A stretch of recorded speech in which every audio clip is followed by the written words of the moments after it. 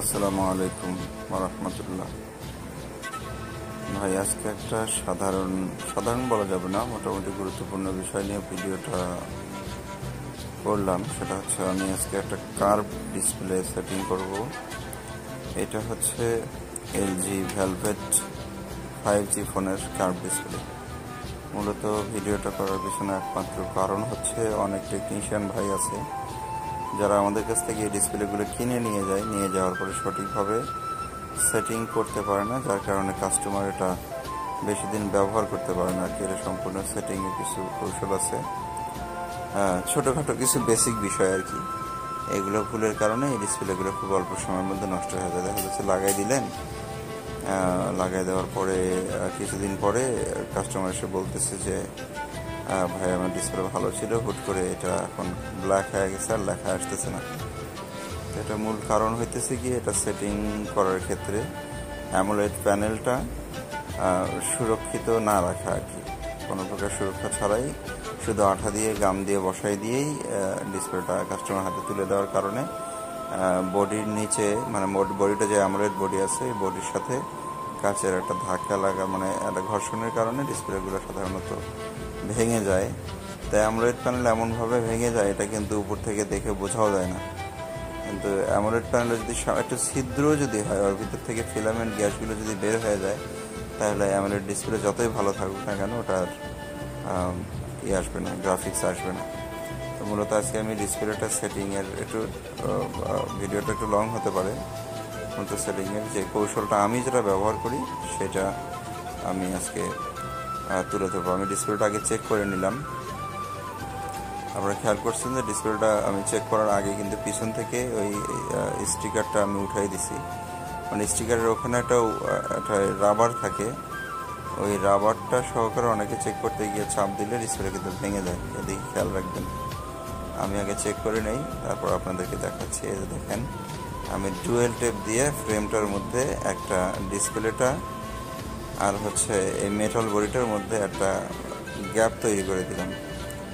এই ডুয়েল টেপের যে আঠাটা যতটুকু থাকবে ততটুকু একটা গ্যাপ থাকবে। এই গ্যাপটা থাকার কারণে হবে কি, আপনার হচ্ছে অ্যামোলেড প্যানেলটা এই অ্যালুমিনিয়াম বডির সাথে সরাসরি আর কোনো সংযোগ থাকবে না, যার ফলে এই ডিসপ্লেটার লংজিভিটিটা মোটামুটি অনেক হাই হবে আর কি।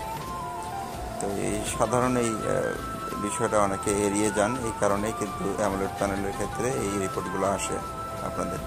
আমি আঠা লাগালাম। আর একটা জিনিস আমি কৌশল করি, সেটা হচ্ছে আঠা লাগানোর পরে দুই পাশে আগে বডিতে লাগাই দিই, তারপরে ডিসপ্লেটা চতুর্দিক দিয়ে আঠাটা এইভাবে লাগাই দিই সুন্দর করে, খুবই চিকন করে, বেশি মোটা না। আর খেয়াল রাখবেন যেন এই আঠাটা ছড়ায় গিয়ে অ্যামোলেড প্যানেলের মাঝখানে আঠা, প্যানেলের ব্যাক সাইড এবং গ্লাস একসাথে যেন জড়ায় না যায়। চেষ্টা করবেন যে শুধু গ্লাসের মধ্যেই আঠাটা সীমাবদ্ধ রাখা।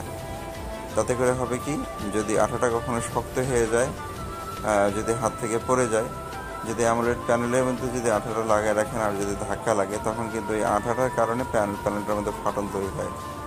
তো এইদিকে খেয়াল রাখবেন। আমি করি, দুই সাইডে আঠা লাগানোর পরে কিছু সময় 20-30 সেকেন্ড বা 40 সেকেন্ড আমি একটু আঠাটা জিরাতে দিই। যখন একটু জিরা যায় তখন আঠাটা দুই পাশে শক্ত হয়। এরপরে যখন দুটো মুখোমুখি আঠা বসে তখন একটা সুপার গ্লুর মতো শক্ত হয়। আর এই আঠাটা আমি যেভাবে লাগাই, এই আঠাটা এইভাবে লাগালে এটা অন্তত পক্ষে 6 মাস 1 বছরের মধ্যে এই আঠাটার খোলার কোনো চান্স নেই। এরপরে আমি ব্যাটারির পিছনে কখনো আঠা ব্যবহার করি না, এখানে ডুয়েল টেপ ব্যবহার করি। আঠা ব্যবহার করলে অনেক সময় আঠা তুলতে গেলে ওই পলিটা ছিঁড়ে যাওয়ার ফলে ব্যাটারিটার এমপিএফটাও নষ্ট হয়ে যায়। এদিক দিয়েও খেয়াল রাখবেন আপনারা।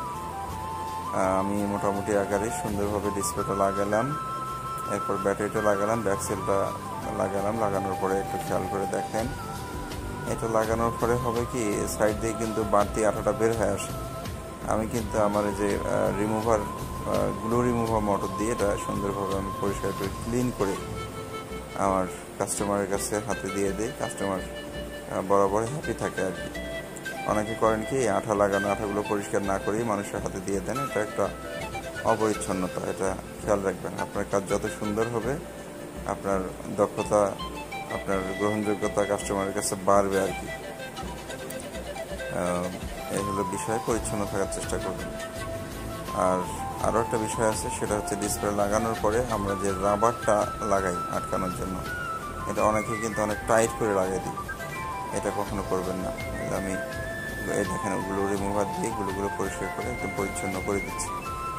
দেন আমি এটাকে ইনস্টল করার পরে এই রাবারটা দিয়ে সুন্দরভাবে পেঁচা রাখি, 2-3 ঘন্টা রাখতে বলি আর কি। 2-3 ঘন্টার মধ্যে আঠাটা যখন শুকায় যায় তখন এটা আর খুলে যাওয়ার সম্ভাবনা থাকে না। তো চেষ্টা করবেন। ভিডিওটা দেওয়ার পিছনে কারণ হচ্ছে আমি এটা কিন্তু কার্ভ ডিসপ্লেটা লাগাইলাম। শুধু কার্ভেই না, আপনারা যারা অ্যামোলেড বা ওএলইডি ডিসপ্লে যারা লাগাবেন এইভাবে ভিতরে ডুয়েল ট্যাপ ইউজ করেন। ফোনটা কাস্টমারের কাছে দেওয়ার আগে এই চার্জ শেষ হয়ে গেছে, আমি একটু চার্জ দিয়ে কাস্টমারের কাছে ডেলিভারি করছি আলহামদুলিল্লাহ। তো আপনারা যেই করেন না কেন কাজ, চার্জিং ধরছে, যেই কাজ করেন একটু যত্নের সাথে কাজ করবেন, একটু বুদ্ধিমত্তার সাথে কাজ করবেন, তাড়াহুড়া করবেন না। ডিসপ্লে ফিটিংয়ের ক্ষেত্রে আপনি আঠা লাগানোর আগে ডিসপ্লে একবার বসায় পুরোপুরি চেক করে নিয়ে তারপরে লাগাবেন। এতে করে আপনার ইনশাআল্লাহ আপনার কল্যাণে হবে, আপনার ব্যবসায় বরকত আশা করি ইনশাআল্লাহ।